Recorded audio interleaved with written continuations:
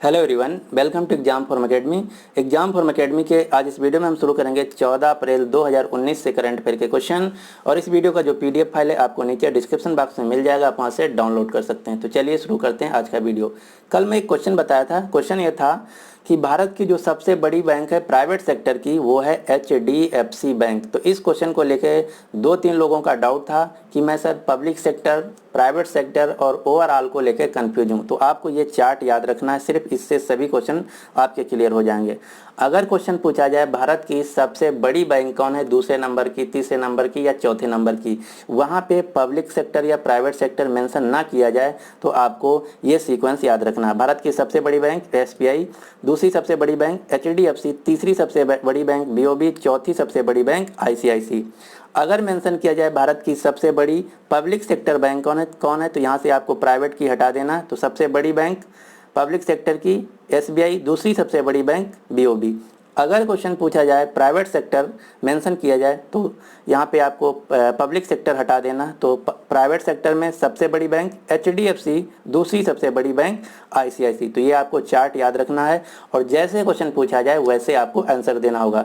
ये मैं बार बार इसलिए बता रहा हूँ क्योंकि कल ही एक एग्जाम था इंडियन नेवी ट्रेड्समैन का। तो कमेंट दुर्गेश पटेल नाम के लड़के ने, स्टूडेंट ने किया था। क्वेश्चन ये था कि इन्होंने कमेंट ये किया था कि जो इंडियन नेवी ट्रेड्समैन का एग्जाम हुआ था उसमें क्वेश्चन पूछा गया है सेकेंड भारत का सबसे बड़ा प्राइवेट सेक्टर का बैंक कौन है। तो उत्तर हो जाएगा आपका ICICI, क्योंकि यहाँ पे मेंशन किया गया है प्राइवेट सेक्टर का सबसे बड़ा बैंक कौन है, तो उत्तर हो जाएगा ICICI। तो चलिए शुरू करते हैं आज का वीडियो।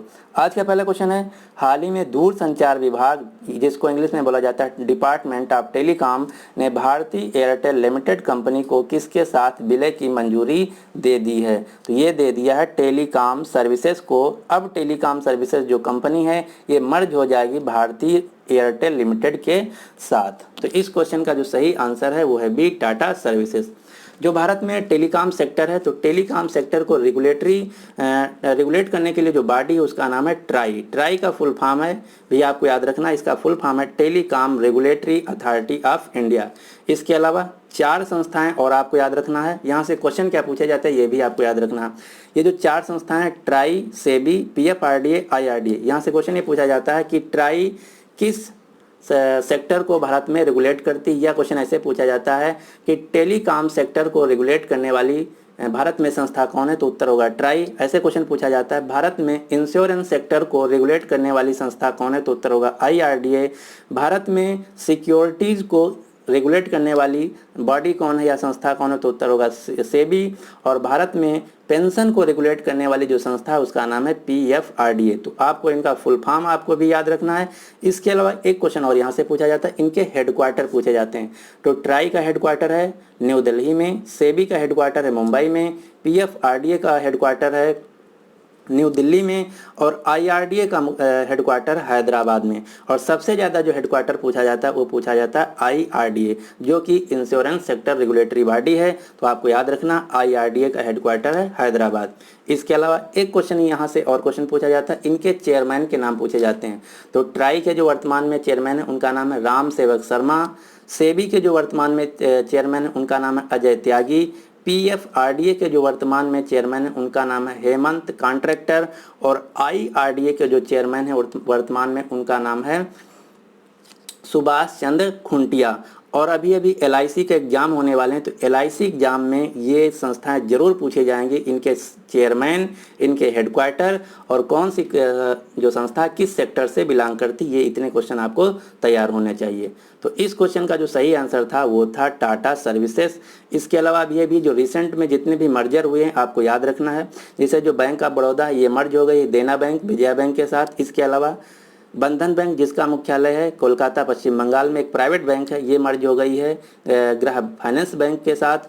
पंजाब ग्रामीण बैंक, मालवा ग्रामीण बैंक, सतलुज ग्रामीण बैंक ये एक में मर्ज हो गई हैं। कर्नाटका विकास बैंक, प्रगति ग्रामीण बैंक ये एक में मर्ज हो गई हैं। इसके अलावा इंडिया बुल्स हाउसिंग फाइनेंस और लक्ष्मी विलास बैंक ये एक में मर्ज हो गई। ये हैं रिसेंट मर्जर, यानी कि जो बैंक या संस्था एक में दूसरे में विलय हो गई हैं।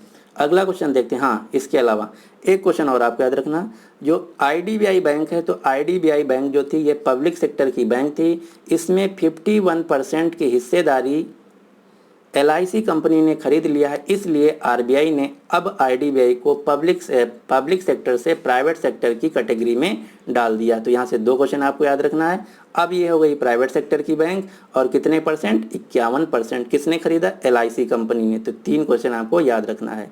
अगला क्वेश्चन देखते हैं, क्वेश्चन नंबर 2।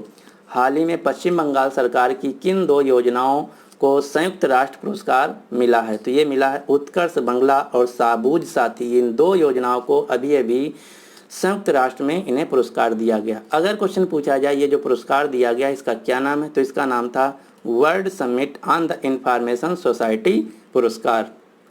अगर क्वेश्चन पूछा जाए कि उत्कर्ष बंगला और साबुत साथी जो योजना है ये किससे रिलेटेड हैं, तो उत्कर्ष बंगला जो है ये कौशल विकास से रिलेटेड है, और साबुत साथी जो योजना है इसमें कक्षा 9th और कक्षा 12 के जो स्टूडेंट होते हैं सरकारी स्कूल में पढ़ने वाले, उनको दिया जाता है साइकिल। तो ये हैं 2 योजनाएं जिनको अभी अभी दिया गया संयुक्त राष्ट्र में पुरस्कार, और ये पश्चिम बंगाल सरकार की हैं। पश्चिम बंगाल के जो वर्तमान में मुख्यमंत्री हैं उनका नाम है ममता बनर्जी, जिनकी पार्टी का नाम है टीएमसी तृणमूल कांग्रेस पार्टी, और यहाँ के जो राज्यपाल हैं उनका नाम है केसरीनाथ त्रिपाठी, और पश्चिम बंगाल की है राजधानी जो है उसका नाम है कोलकाता। इसके अलावा पश्चिम बंगाल से आपको 4-5 नेशनल पार्क याद रखने हैं जो अक्सर एग्जाम में पूछे जाते हैं। पश्चिम बंगाल में Sundarban national park, Jaldapara national park, Neora valley national park, Buxa tiger reserve और गोरुमर नेशनल पार्क। इसके अलावा हम 2-3 और आपको योजनाएं बताते हैं राज्यों की, जो कि आपको याद रखना है। 1 डिस्ट्रिक्ट 1 प्रोडक्ट जो योजना ये चलाई गई उत्तर प्रदेश सरकार द्वारा। इससे मिलती जुलती एक और योजना है जिसका नाम है 1 फैमिली 1 जॉब। तो 1 फैमिली 1 जॉब जिसको हिंदी में बोलते हैं एक परिवार एक नौकरी, जो योजना है ये चलाई गई सिक्किम सरकार द्वारा, और सिक्किम में वर्तमान में विधानसभा के चुनाव भी हो रहे हैं। इसके अलावा एक योजना और आपको याद रखना, सौर जल निधि योजना उड़ीसा सरकार द्वारा चलाई गई है। सूर्य शक्ति योजना गुजरात सरकार द्वारा।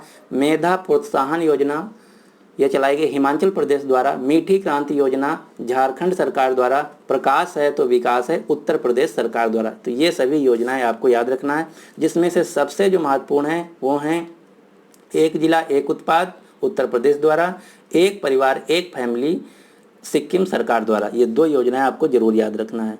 अगला क्वेश्चन देखते हैं, क्वेश्चन नंबर 3। हाल ही में हैती एक देश है, कैरेबियन देश जो कि नॉर्थ अमेरिका कंटिनेंट का है। तो क्वेश्चन ये है कि हाल ही में हैती देश के नए प्रधानमंत्री के रूप में किसे घोषित किया गया है? तो हैती के जो नए प्रधानमंत्री बने उनका नाम है जीन मिशेल लेपिन। तो इस क्वेश्चन का जो सही आंसर है वो है बी। जो हैती देश है इसकी राजधानी है पोर्ट ए प्रिंस, और यहाँ की जो मुद्रा है उसका नाम है हाइटियन लॉकी। और अभी अभी इसके अलावा इजराइल के जो नए प्रधानमंत्री बने हैं 5वीं बार, इनका नाम बेंजामिन नेतन्याहू। अल्जीरिया देश के नए राष्ट्रपति बने हैं जिनका नाम अब्देल कदार वेसला। इसके अलावा स्लोवाकिया की पहली महिला राष्ट्रपति बनी जिनका नाम है जुजाना कैपितोवा। तो ये हैं रिसेंट कुछ प्राइम मिनिस्टर और प्रेसिडेंट जो किसी देश के बने हैं। इसके अलावा आपको 2-3 देशों के और याद रखना, जैसे जापान के जो प्रधानमंत्री उनका नाम है शिंजो एबे। चीन के जो राष्ट्रपति हैं उनका नाम है शी जिनपिंग। पाकिस्तान के जो प्रधानमंत्री हैं उनका नाम है, चीन के राष्ट्रपति हैं, प्रधानमंत्री नहीं सॉरी, चीन के जो राष्ट्रपति हैं उनका नाम है शी जिनपिंग। पाकिस्तान के जो प्रधानमंत्री हैं उनका नाम है इमरान खान। नेपाल के जो प्रधानमंत्री हैं उनका नाम है खड़गा प्रसाद ओली। तो इतने नाम आपको याद रखना है। 2 नाम और आपको याद रखना, एक अभी बहुत ज़्यादा न्यूज में ईरान। ईरान के जो राष्ट्रपति हैं इनका नाम है हसन रोहानी, और ईरान की जो सेना है उसको अमेरिका ने फॉरेन आतंकवादी यानी कि विदेशी आतंकवादी संगठन घोषित कर दिया। तो यहाँ के जो राष्ट्रपति हैं इनका बहुत ज़्यादा न्यूज में नाम है, तो आपको याद रखना ईरान के जो राष्ट्रपति हैं इनका नाम है हसन रोहानी। और इससे मिलता जुलता नाम है एक अशरफ घानी। अशरफ घानी जो है ये अफगानिस्तान देश के राष्ट्रपति हैं। अगला क्वेश्चन देखते हैं, क्वेश्चन नंबर 4। हाल ही में दुनिया का तीसरा सबसे बड़ा शेयर बाजार कौन बना है? तो ये बना है अभी अभी हांगकांग। तो ये तो हो गई बात तीसरा। तो इससे पहले कौन था? पहला है अमेरिका का, दूसरा है चीन का और तीसरा बन गया है हांगकांग। हांगकांग ने जापान को पछाड़ दिया, यानी कि जापान को पीछे कर दिया है। तो हांगकांग जो है जापान को पीछे करते हुए दुनिया का तीसरा सबसे बड़ा शेयर बाजार बन गया है। जो हांगकांग देश है ये पहले ब्रिटिश कॉलोनी थी, अब ये आता है एक ऑटोनोमस रीजन के अंतर्गत चीन के ऑटोनोमस रीजन के अंतर्गत आता, इसलिए हांगकांग की आपको राजधानी या मुद्रा नहीं याद रखना है। यहाँ से एक क्वेश्चन है आपको याद रखना, हांगकांग से रिलेटेड एक बैंक जिसका नाम है HSBC, जिसका फुल फॉर्म है हांगकांग संघाई बैंकिंग कारपोरेशन। क्वेश्चन यहाँ से ये पूछा जाता है कि इसका मुख्यालय कहाँ है। तो इसमें जो ऑप्शन रहते हैं, ऑप्शन इस प्रकार रहते हैं, इसका फुल फॉर्म है हांगकांग संघाई बैंकिंग कारपोरेशन। तो पहला ऑप्शन रहता है हांगकांग, दूसरा संघाई, तीसरा बीजिंग, चौथा लंदन। तो इसका जो ऑप्शन सही है वो है लंदन, ना कि हांगकांग ना तो संघाई। तो HSBC का जो मुख्यालय है, जो कि बैंक है, दुनिया की सबसे 7वीं बड़ी बैंक, मुख्यालय है लंदन। तो आपको ये याद रखना है। तो इस क्वेश्चन का जो सही आंसर है वो है सी, हांगकांग। अगला क्वेश्चन देखते हैं, क्वेश्चन नंबर 5। हाल ही में किसे रक्षा वित्त सचिव के रूप में नियुक्त किया गया है? तो अभी अभी जो रक्षा वित्त सचिव बनी है उनका नाम है गार्गी कौल। ये जो आप फोटो देख रहे हैं ये हैं गार्गी कौल, ये बनी है रक्षा वित्त सचिव। इसके अलावा जो वर्तमान में हमारे डिफेंस सेक्रेटरी यानी कि रक्षा सचिव हैं उनका नाम है संजीव मित्रा। इसके अलावा आपको इन 4 मंत्रालय जो हैं इनके सेक्रेटरी सचिव के नाम याद रखना, क्योंकि जो रेलवे ALP का एग्जाम हुआ था इसमें करीब करीब 6 से 7 बार यहाँ से क्वेश्चन पूछे जा चुके थे। तो रक्षा सचिव हैं, इनका नाम संजय मित्रा। होम सेक्रेटरी यानी कि गृह सचिव जो हैं उनका नाम है राजीव गाबा। फॉरेन सेक्रेटरी विदेश सचिव हैं, उनका नाम है विजय केशव गोखले। फाइनेंस सेक्रेटरी यानी कि वित्त सचिव का नाम है सुभाष चंद्र गर्ग। तो ये 4 सेक्रेटरी के नाम आपको याद रखना है। अगला क्वेश्चन देखते हैं, क्वेश्चन नंबर 6।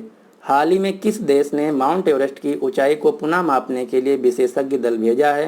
तो आपको पता होगा कि जो माउंट एवरेस्ट है नेपाल में है, इसलिए नेपाल सरकार ने भेजा है। तो इस क्वेश्चन का जो सही आंसर है वो है सी। जो माउंट एवरेस्ट है इसकी ऊंचाई है 8,848, ये दुनिया की सबसे ऊंची चोटी है। और यहाँ से 2 क्वेश्चन पूछे जाते हैं। पहला क्वेश्चन कि माउंट एवरेस्ट को नेपाल देश में किस नाम से जाना जाता है? तो नेपाल देश में इसको सागर माथा के नाम से और तिब्बत में चोमू लंगमा के नाम से जाना जाता है। तो ये 2 नाम आपको याद रखना माउंट एवरेस्ट के अलावा। अब मैं आपको बताता हूँ एक क्वेश्चन। पहला क्वेश्चन ये 2 क्वेश्चन, पहला 2 में से पहला क्वेश्चन ये कि माउंट एवरेस्ट पे जो सबसे पहले चढ़ने वाले व्यक्ति थे वो थे एडमुंड हिलेरी, जो कि न्यूजीलैंड देश के हैं। दूसरे थे तेनजिंग नार्वे। ये 2 लोग एक साथ पहली बार चढ़े थे माउंट एवरेस्ट पे। जो तानजिंग नार्वे थे ये नेपाल के थे, इसके बाद इन्होंने भारत की नागरिकता भी ले ली थी। तो ये 2 नाम आपको याद रखना, एडमुंड हिलेरी, तेनजिंग नार्वे, ये माउंट एवरेस्ट पे चढ़ने वाले पहले व्यक्ति थे। अब मैं आपको बताता हूँ 7 क्वेश्चन, जिसमें आपको क्या याद रखना ये भी आपको बताता हूँ। ये हैं दुनिया की 7 समिट, क्योंकि दुनिया में 7 महाद्वीप और हर महाद्वीप में जो सबसे ऊंची चोटी है वो आपको याद रखना है। क्वेश्चन यहाँ से ऐसे बनता है कि अफ्रीका की सबसे ऊंची चोटी कौन सी है, या अफ्रीका महाद्वीप की सबसे ऊंची चोटी का नाम क्या है। ये हाइट जो है आपको हाइट नहीं याद रखना, हाइट सिर्फ आपको माउंट एवरेस्ट की याद रखना। इसके अलावा ये किस महाद्वीप में है और ये किस देश में है। ये 2 क्वेश्चन बहुत ज़्यादा एग्जाम में पूछे जाते हैं, तो आपको याद रखना है। दुनिया की जो सबसे 7 ऊंची चोटियां हैं, एशिया की माउंट एवरेस्ट जो कि दुनिया की भी है, ये नेपाल देश में है। साउथ अमेरिका की जिसका नाम है अकानगुआ, ये अर्जेंटीना देश में, ये हाइट आपको नहीं याद रखना। नॉर्थ अमेरिका की सबसे ऊंची जो चोटी है उसका नाम है माउंट मैकनली, अब इसका जो नया नाम रख दिया गया उसका नाम रखा गया डेनाली, और इसका ये जो है वो है अलास्का राज्य अमेरिका में। इसके अलावा अफ्रीका की जो सबसे ऊंची चोटी है उसका नाम है किलिमंजारो, ये है तंजानिया देश में। यूरोप की जो सबसे ऊंची चोटी है उसका नाम है माउंट एल्ब्रेस, ये है रूस में। और अंटार्कटिका की जो सबसे ऊंची चोटी है उसका नाम है माउंट विल्सन।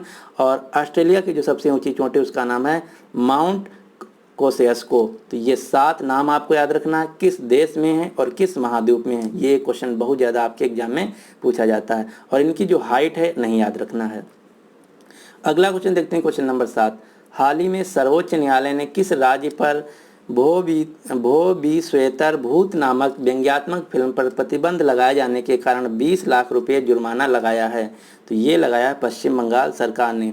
पश्चिम बंगाल में एक फिल्म आई थी भो बी श्वेतर भूत, तो इन्होंने बैन कर दिया था, इसीलिए सुप्रीम कोर्ट में जब ये गए तो ये केस जीत गए और सुप्रीम कोर्ट ने पश्चिम बंगाल सरकार पे 20 लाख रुपए का जुर्माना लगाया। तो इस क्वेश्चन का जो सही आंसर है वो है ए। यहाँ पे बात हुई है फिल्म की, तो फिल्म से रिलेटेड मैं आपको 2-3 क्वेश्चन बताता हूँ।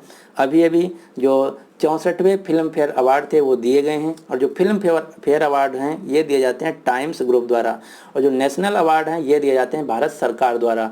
तो जो फिल्म फेयर अवार्ड दिए गए हैं इसमें बेस्ट एक्टर का जो अवार्ड मिला वो मिला रणबीर कपूर को संजू फिल्म के लिए।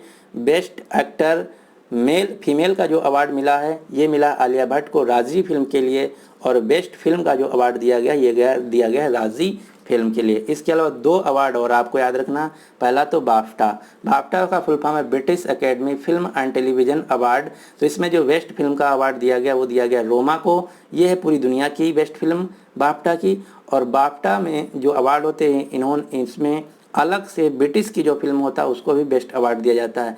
तो अगर ओवरऑल की बात की जाए बाफ्टा में, तो सबसे अच्छी फिल्म का अवार्ड दिया गया रोमा को। अगर बाफ्टा में ब्रिटिश फिल्म की बात की जाए तो द फेवरेट फिल्म को सबसे अच्छी फिल्म का अवार्ड दिया गया। इसके अलावा एक और अवार्ड आपको याद रखना, ऑस्कर अवार्ड। ऑस्कर अवार्ड को एकेडमी अवार्ड के नाम से भी जाना जाता है, और ये दुनिया के सबसे प्रतिष्ठित अवार्ड माने जाते हैं सिनेमा जगत में। तो ऑस्कर अवार्ड 2019 में जो सबसे अच्छी फिल्म यानी कि सर्वश्रेष्ठ फिल्म का अवार्ड दिया गया वो दिया गया ग्रीन बुक फिल्म को। तो इतने क्वेश्चन आपको यहाँ से याद रखने हैं। अगला क्वेश्चन देखते हैं, क्वेश्चन नंबर 8। हाल ही में 13 अप्रैल 2019 को जलियांवाला बाग हत्याकांड नरसंहार की कौन सी वर्षगांठ मनाई गई है? तो आप सभी को पता होगा कि 13 अप्रैल को जलियांवाला बाग हत्याकांड हुई थी, तो इसकी 100वीं वर्षगांठ मनाई गई है। दूसरा क्वेश्चन ये यहाँ से आपको याद रखना है कि जो जलियांवाला हत्या बाग कांड था इसमें गोली चलाने का जो आदेश दिया था वो दिया गया था ब्रिगेडियर जनरल रेजिनाल्ड डायर द्वारा। यहाँ पे 13 अप्रैल को बैसाखी के दिन स्वतंत्रता की मांग को लेकर बहुत से लोग इकट्ठा हुए थे। उसी समय जनरल डायर ने गोली चलाने का आदेश दे दिया, तो हजारों लोग की मौत हो गई जो कि निहत्थे थे। इसीलिए इस साल जो था इसका 100वां वर्षगांठ मनाया गया, इसके 100 वर्ष पूरे हो गए, और ये भारतीय इतिहास की स्वतंत्रता का सबसे काला दिन माना जाता है। तो मैं यहाँ से एक क्वेश्चन आपसे पूछता हूँ जो कि आपको बताना। क्वेश्चन ये है कि जनरल डायर को किसने मारा था? ये क्वेश्चन आपको बताना है कि जनरल डायर को किसने मारा था। एक भारतीय ने जनरल डायर को गोली मार के हत्या कर दी थी, तो वो कौन व्यक्ति थे, महान व्यक्ति थे? आपको कमेंट बॉक्स में नाम लिखना होगा। अगला क्वेश्चन देखते हैं, क्वेश्चन नंबर 9। हाल ही में पैसा लो डिजिटल लिमिटेड ने किस बैंक के साथ सह उत्पाद ऋण समझौते हस्ताक्षर पर ज्ञापन हस्ताक्षर किया है? तो जो पैसा लो डिजिटल लिमिटेड कंपनी है इन्होंने SBI बैंक के साथ हस्ताक्षर किए। SBI जो बैंक है भारत की सबसे बड़ी बैंक है, पब्लिक सेक्टर बैंक और ओवरऑल सेक्टर में भी, और इसका मुख्यालय जो है मुंबई में है, और इसके जो वर्तमान में चेयरमैन उनका नाम है रजनीश कुमार। एक क्वेश्चन SBI से और पूछा जाता है। एक SBI का ऐप है जिसका नाम है योनो। तो क्वेश्चन ये पूछा जाता है जो योनो ऐप है ये किस बैंक का है? तो उत्तर होगा SBI बैंक का। अगला क्वेश्चन देखते हैं और इस वीडियो का लास्ट क्वेश्चन ये है, हाल ही में रेलवे बोर्ड ने 64वें रेलवे सप्ताह समारोह का आयोजन कहाँ पे किया? तो ये किया नई दिल्ली में, और रेलवे बोर्ड के जो नए चेयरमैन बने उनका नाम है विनोद कुमार यादव। और रेलवे का आंध्र प्रदेश में अभी 18वां जोन बना जो कि रेलवे का नया जोन है, जिसका नाम रखा गया south coast railway zone. Hindi में बोलते हैं इसको दक्षिण तट रेलवे जोन। इससे पहले भारतीय रेलवे में 17 जोन थे, अब एक और नया बन गया तो टोटल हो गए 18। अगर क्वेश्चन पूछा जाए किस राज्य में, तो उत्तर होगा आंध्र प्रदेश में, नाम है दक्षिण तट रेलवे जोन। इसके अलावा जो रेलवे की इंटीग्रल कोच फैक्ट्री चेन्नई है, यह दुनिया की सबसे ज़्यादा कोच मैन्युफैक्चरिंग फैक्ट्री बन गई है, क्योंकि इन्होंने जो चीन की सबसे बड़ी कोच मैन्युफैक्चरिंग फैक्ट्री थी उसको पछाड़ दिया। तो ये भी क्वेश्चन आपको याद रखना। इंटीग्रल कोच फैक्ट्री चेन्नई विश्व की सबसे बड़ी निर्माता कोच फैक्ट्री बन गई है। भारत में 3 कोच फैक्ट्री, एक तो इंटीग्रल कोच फैक्ट्री चेन्नई, दूसरा modern coach factory Raebareli Uttar Pradesh, तीसरी है rail coach factory Kapurthala Punjab. इसके अलावा एक ट्रेन का नाम आपको याद रखना। भारत में एक ट्रेन चली जिसका नाम है ट्रेन 18 जो है सेमी हाई स्पीड ट्रेन है, और ये भारत की पहली इंजन रहित ट्रेन है, और इसका नाम बदल दिया गया, इसका नया नाम रखा गया है वंदे भारत एक्सप्रेस ट्रेन, और ये चल रही है उत्तर प्रदेश के वाराणसी शहर से दिल्ली के बीच। तो इतने क्वेश्चन आपको यहाँ से याद रखना है। तो अब आपके लिए क्वेश्चन ये है कि अप्रैल 2019 के अंत में आयोजित होने वाले अबू धाबी अंतर्राष्ट्रीय पुस्तक मेला में किस देश को अतिथि के रूप में बुलाया जाएगा। तो इस क्वेश्चन का जो सही आंसर है आपको नीचे कमेंट बॉक्स में देना होगा। तो उम्मीद करते हैं कि आज भी कुछ वीडियो में आपको नया सीखने को मिला होगा। अगर आपको वीडियो पसंद आया तो प्लीज़ इस वीडियो को लाइक कर दीजिए और अपने दोस्तों के साथ शेयर भी कर दीजिए। So finally thanks for watching and good luck for your exam.